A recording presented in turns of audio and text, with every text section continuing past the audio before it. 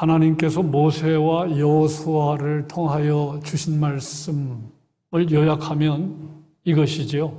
가나안 땅에 들어가면 가나안 족속과 언약 맺지 말아라. 저들과 타협하지 말아라. 저들과 우상을 진멸해라. 하나님께서는 모세와 여호수아를 통해서 일관되게 말씀하셨습니다. 약속의 땅 가나안이긴 하지만 가나안이 만만치 않은 곳임을 암시한 거죠. 가나안이 약속의 땅이지만 가나안은 만만치 않은 곳이다. 저들과 언약을 맺지 말아라. 저들과 협상하지 말아라. 타협하지 말아라. 저들이 섬기는 우상 따라가지 말아라. 진멸해라. 저들을 진멸해라. 일관되게 말씀을 하셨는데 이스라엘 백성들은 실패했어요. 실패했습니다. 오늘 말씀 보면 17절에 순종했다는 말씀이 나오는데 좀 상당히 미화한 부분이 없지 않아요. 17절에 보면 중간에 그들이 그 사사들에게도 순종하지 아니하고 오히려 다른 신들을 따라가 음행하며 그들에게 절하고, 그 다음 부분입니다. 여호와의 명령을 순종하던 그들의 조상들, 기억납니까? 이스라엘 백성들은 반역의 역사잖아요. 불순종의 역사인데 오늘 여호수아 죽고 여호수아와 함께 했던 장로들 다 죽고 함께 했던 세대들이 다 세상 떠나고 그 다음 세대가 일어난 후에 바알을 따라갔다, 바알을 섬겼다, 여호와를 버리고 아스다롯을 섬겼다, 그 대목을 말하면서 옛날 조상들은 순종했었는데 이렇게 이야기를 했지만 상당히 좀 미화시킨 부분이 없지 않다는 생각이 듭니다. 이유는 앞에서 말씀드린 대로 이스라엘의 역사는 반역과 배반의 역사이기 때문입니다. 여호수아가 살아있을 때도 그런 징조가 나타났는데 여호수아가 죽은 이후에 여호수아와 함께했던 장로들이 세상을 떠나고 하나님을 알지 못하는 세대가 등장하면서 본격적으로 모세와 여호수아를 통해 주신 말씀 까마득하게 잊어버리고 하나님 불순종했던 이스라엘 백성들의 모습을 기억합니다. 그래서 1장을 읽을 때요, 우리 이미 공부했습니다만 1장을 한번 이렇게 한번 보십시오. 1장을 보시면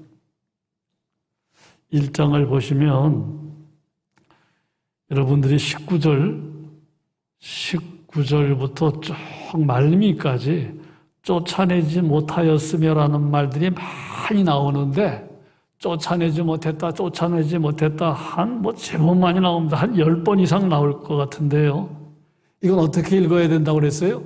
쫓아내지 못한 게 아니라 쫓아내지 않았다. 제가 1장을 강해하면서 말씀을 드렸어요. 이스라엘 백성들이 가나안 족속을 쫓아내지 못한 게 아니라 쫓아내지 아니했다. 그게 정확한 뜻입니다. 타협했다는 말이에요. 실용적으로 생각한 거예요. 굳이 이들을 쫓아낼 필요가 있겠는가? 진멸할 필요가 있겠는가? 이들을 잘 이용하면 되지 않겠는가? 그러니까 하나님의 말씀을 오직하게 순종하지 않았다는 겁니다. 하나님의 말씀을 실용적으로 생각했다는 것. 오늘 우리가 빠지는 잘못입니다.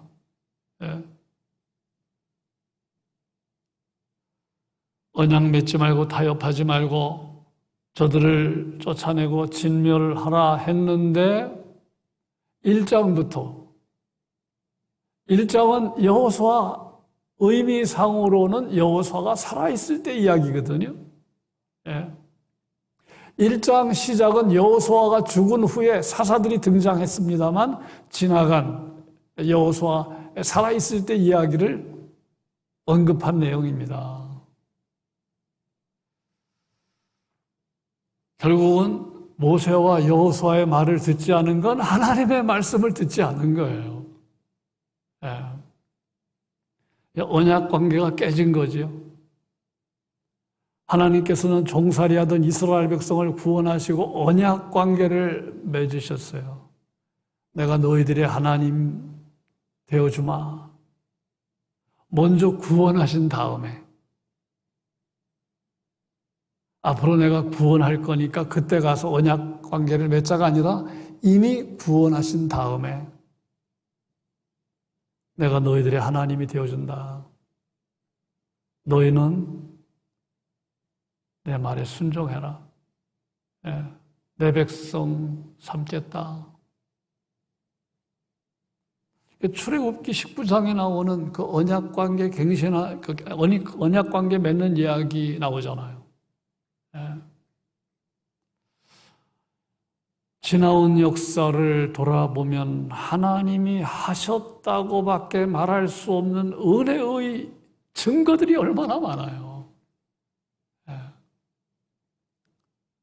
종살이하던 이스라엘 백성들 자력으로 애굽에서 해방될 수가 있었겠습니까? 홍해를 건넌 거, 요단강을 건넌 거, 광야를 통과하면서 수많은 난관 물리친 거, 반석에서 물이 나오고 하늘에서 만나와 메추라기를 공급해 주시고 생존이 불가한 땅에서 이스라엘 백성들 먹을거리를 지켜주시고 가나안까지 인도해 주신 은혜의 역사를 정면으로 보이라는 거예요. 청량할 수 없는 은혜를 다 잊어버린 거예요. 언약 관계가 깨졌어요.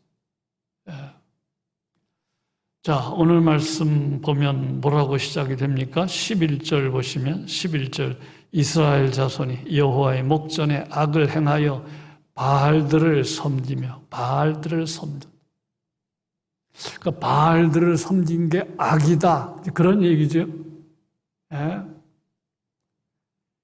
12절 보십시오. 12절 그들이 여호와를 버리고 바알과 아스다롯을 섬겼으므로 바알은 주인이라는 군주라는 뜻을 가진 남자신이고 아스다롯은 바알의 배우자로 숭배받았던 여신입니다.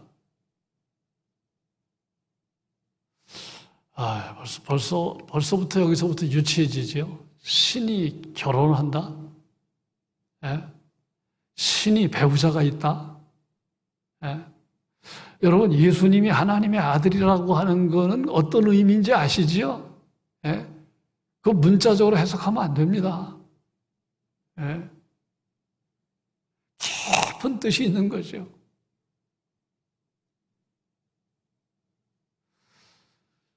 바알은 풍요와 다산을 가져오는 신이다. 바알과 아스다롯을 잘 섬기면 풍요를 경험한다. 다산을 경험한다. 그렇게 이제 믿었습니다. 바로 여기에 이스라엘 백성들이 왜 바알을 아스다롯을 섬겼는지, 여호와를 버리고 바알과 아스다롯을 섬겼는지 여기에 바로 답이 있죠. 지난번에도 말씀드렸습니다만 이스라엘 백성들은 농사를 지어본 경험이 없어요. 계속해서 광야를 이동했잖아요. 농경 생활을 해보지 않았어요. 목축했습니다. 유목 생활을 했습니다. 근데 이제 가나안 땅에 들어가면서 이제 정착 생활을 해야 되는데 당장 급한 게 뭡니까? 농사를 지어야 하는 겁니다. 강력한 유혹입니다. 가나안 족속들은 바알을 섬기면서 아스타로를 섬기면서 수확을 하는 겁니다. 그러니까 이스라엘 백성들에게 가장 현실적인 유혹이 바로 그거예요. 농사 짓는 법을 모르거든요.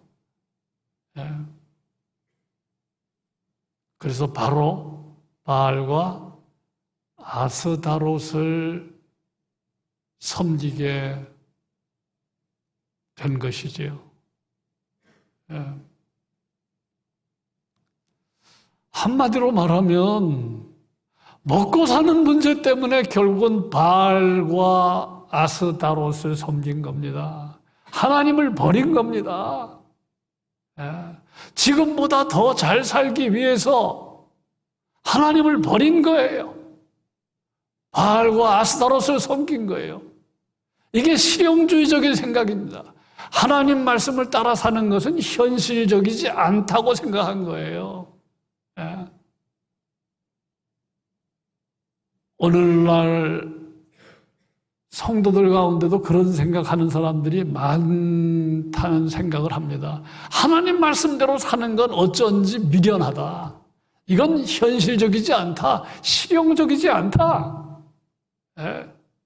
무슨 주일이라고 쉬냐. 주일날 조금이라도 더 일해야지. 생각을 해봐라. 주일날 일을 해야지. 늦게까지 일해야지.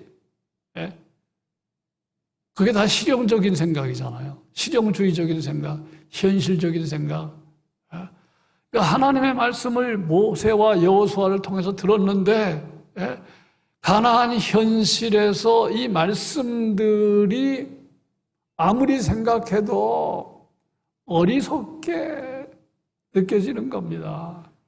그러니까 하나님의 말씀을 버리는 겁니다. 팽개친 거예요. 그러니까 이 이야기는요, 오늘 이 사사기에 나오는 이야기는 지금의 이야기예요. 지금의 이야기예요. 오늘 많은 사람들이 하나님 버리고 바알을 따라갑니다. 지금도 마찬가지예요. 지금도 바알을 따라가는 사람들, 아스다롯을 따라가는 사람들, 그 앞에서 어디를 선택해야 할까 고민하다가 하나님 버리는 것을 선택하는 사람들이 그 얼마인지 모릅니다. 그런데 문제는 뭔가요?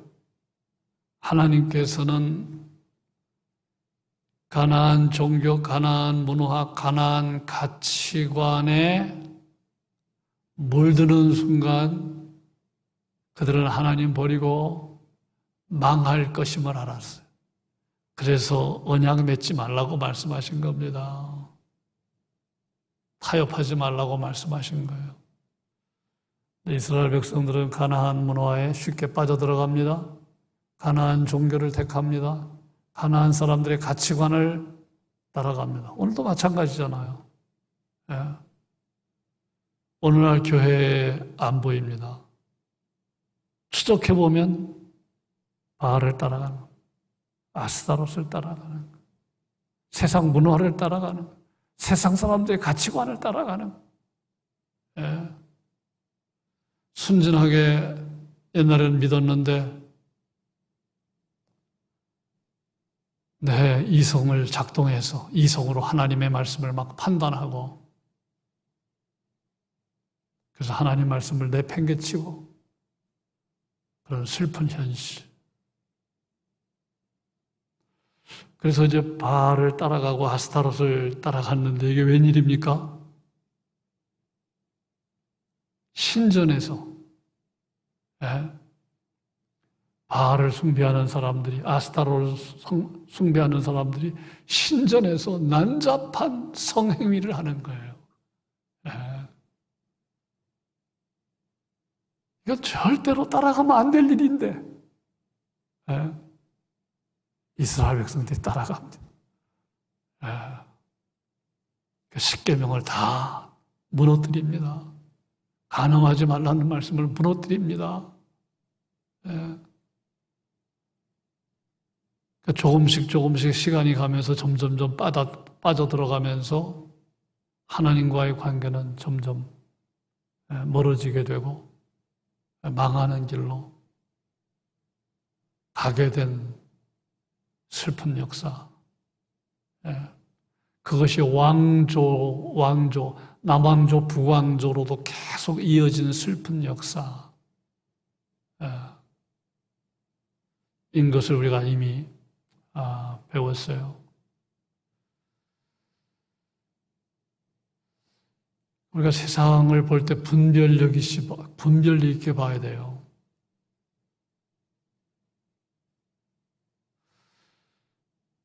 이런 표현을 얘기해서 죄송한데 술집 여자가 더 예뻐요? 자기 아내가 더 예뻐요?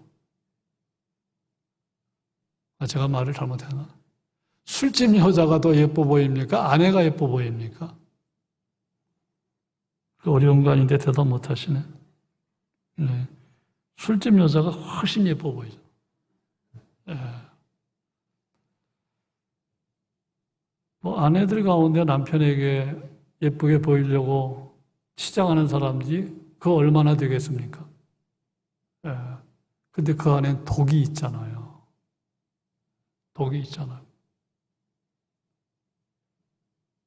그러니까 외양만 보면 안 되는 거죠. 이 인터넷, 유튜브 정말 분별해서 사용해야 하는데 엄청난 독이 있잖아요. 이게 좀 보통 일이 아닙니다. 이거 좀 법을 좀 촘촘하게 이거 뜯어 고칠 수 없나? 그런 생각 안 듭니까?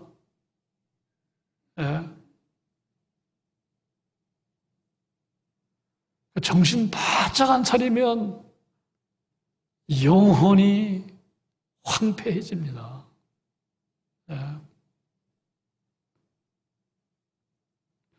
요즘 심각한 이야기, 최근 청소년 마약 사범이 급증하고 있다고 그러지요.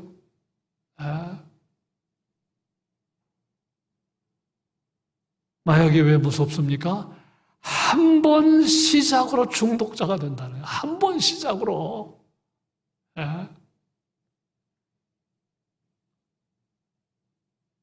이렇게 차 마시다가 화장실에 갔는데 앞에 있는 친구가 아니면 이성이 마약을 좀 집어넣으면 나 모르게 마약 마시는 거잖아요. 한 번 사용하면 바로 중독자가 돼. 모든 인간관계 파괴, 사회생활, 가정생활 절단난. 제가 그 동영상으로 미국 필라델피아 거리에 그 마약으로 중독된 사람들, 차마 여러분에게 보라고 말하기가 어려울 정도로 나라에서도 방치해버렸어요. 길거리에 나와가지고 동작을 이렇게 하다가 동작 멈춰. 그런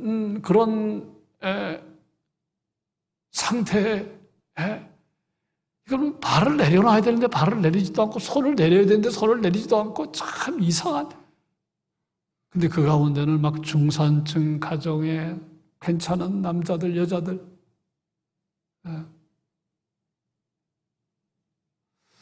그러니까 하나님께서 모세와 여호수아를 통해서 가나안 땅에 들어가면 정신 바짝 차려라.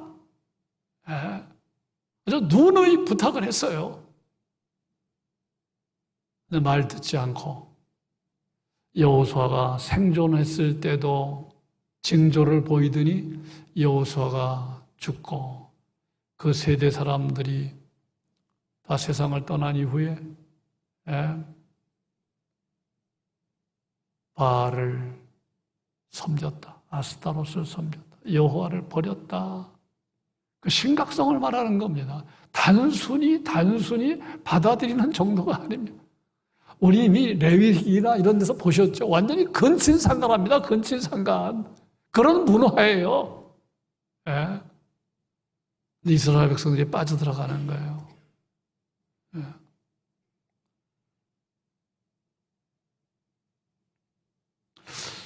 그래서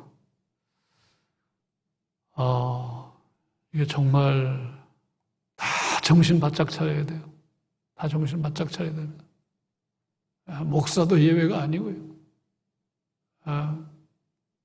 섰다 하는 자는 넘어질까 조심하고, 주의 이름을 부르는 사람들과 함께 교제하라는 이유를 여러분 생각하셔야 돼요.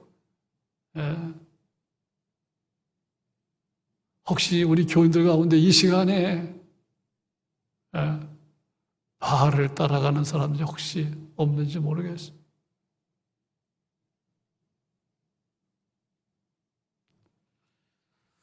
자, 이스라엘의 죄를 하나님은 처음 듣는 이야기는 아닌데 음행이라는 말로 표현하셨습니다. 17절 보시면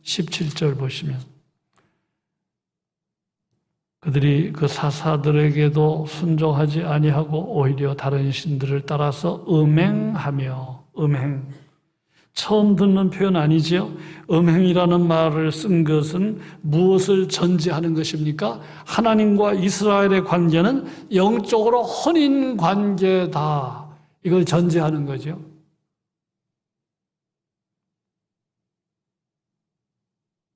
하나님은 영적으로 남편이다. 이스라엘은 신부다. 근데 음행이라는 표현을 쓴 거예요. 이거 뭡니까? 이스라엘이 외도했다. 네? 바람난 부인처럼 하나님 아닌 다른 것을 지금 신앙하는 상태. 네? 그 죄가 얼마나 심각한지를 말씀하기 위해서 음행이라는 표현을 썼어요.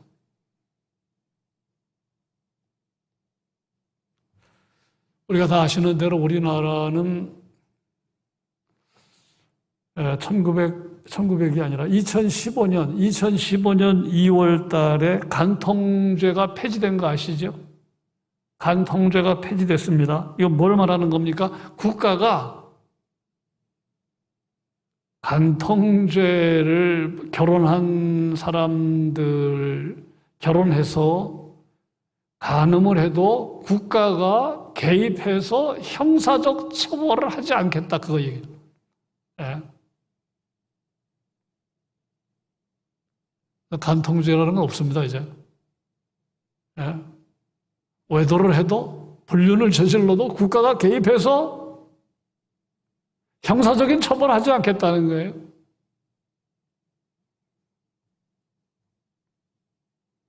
하지만 그런 것과 상관없이 간통은 하나님 앞에서 무서운 죄지요. 배우자에게 씻을 수 없는 상처를 주는 죄지요. 네. 10계명에서 하나님 다루셨습니다. 네. 간음하지 말라. 네. 하나님께서는 그 죄를 아주 심각하게 여기십니다.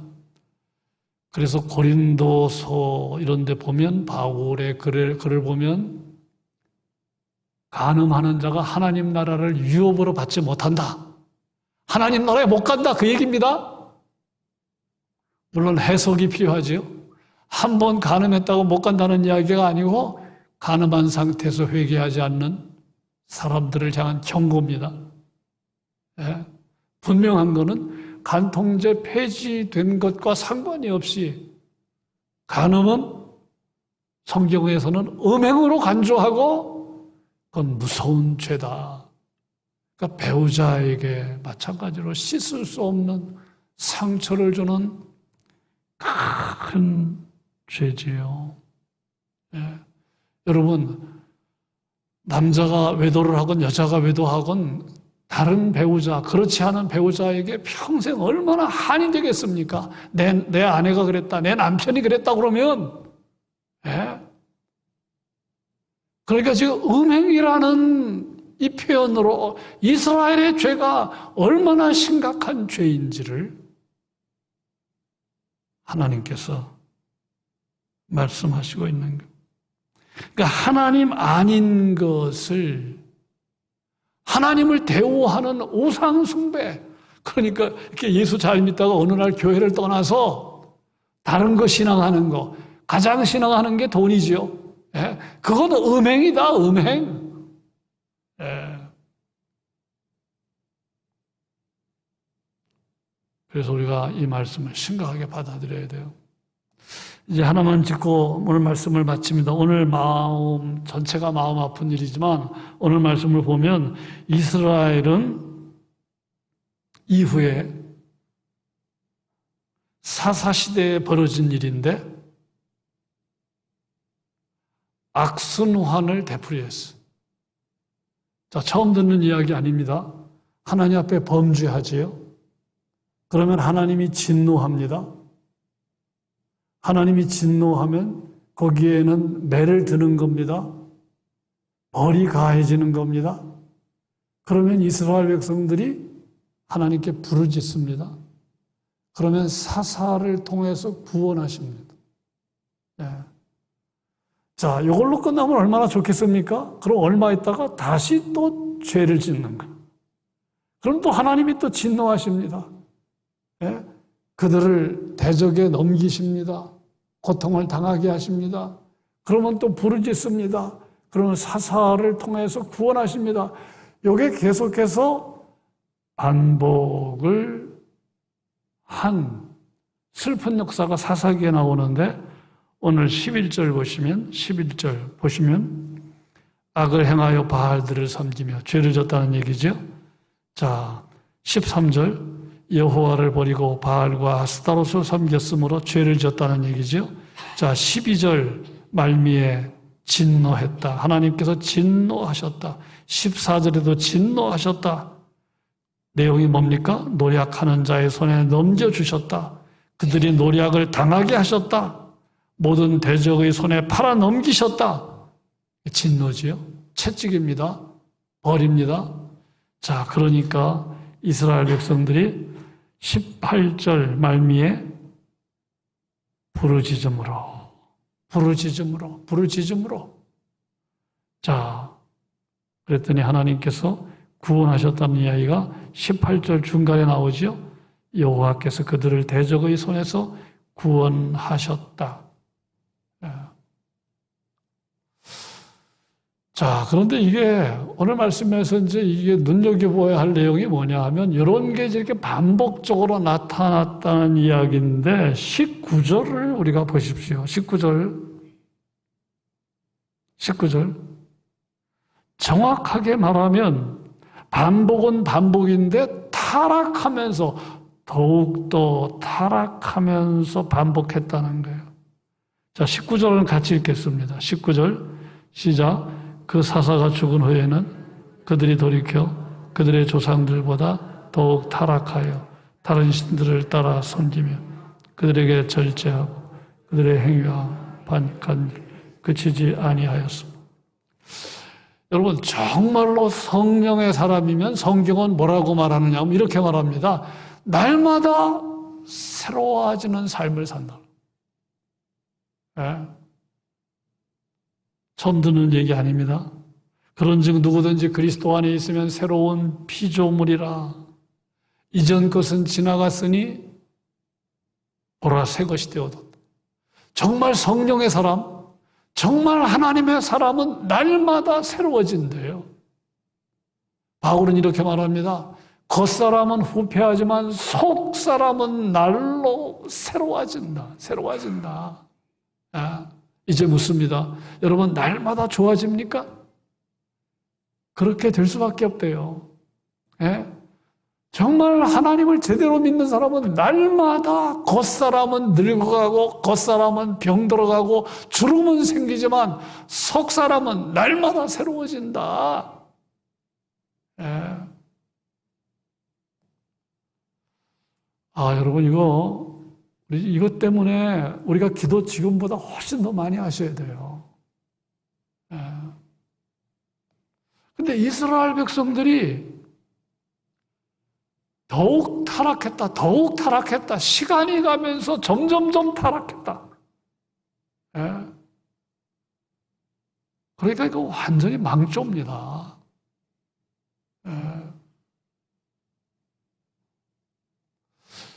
이제 여러분에게 도전합니다. 지금 내 모습 가운데, 내 습관 가운데 계속해서 반복적으로 하나님이 원치 않는 모습인데 매일 반복적으로 되풀이하는 거 없습니까? 지금 이스라엘 백성들은 그런 상태에 빠졌는데 점점 안 좋은 쪽으로 악순환을 하고 있다는 이야기입니다.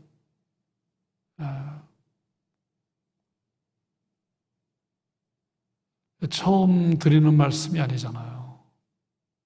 예? 직분 처음 받을 때보다 점점 직분에 충성합니까?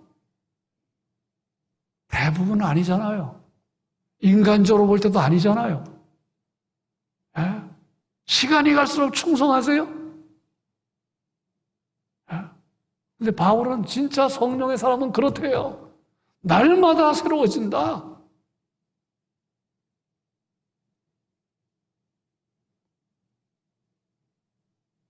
여러분, 그렇지 않다면 우리가 왜 신앙생활 합니까? 가면 갈수록 안 좋아지는데 왜 신앙생활 하는 거예요? 예? 그러면 우리가 신앙하는 하나님이 잘못됐든지 아니면 내가 잘못됐든지 둘 중에 하나인데 답은 알잖아요. 내가 잘못된 거죠. 예. 이런 슬픈 역사의 이야기가 사사기에 이제 구체적으로 3장부터 전개됩니다. 예. 말씀 맺습니다. 성령의 사람이라면 점점 좋아지는 게 답이에요. 점점 좋아져.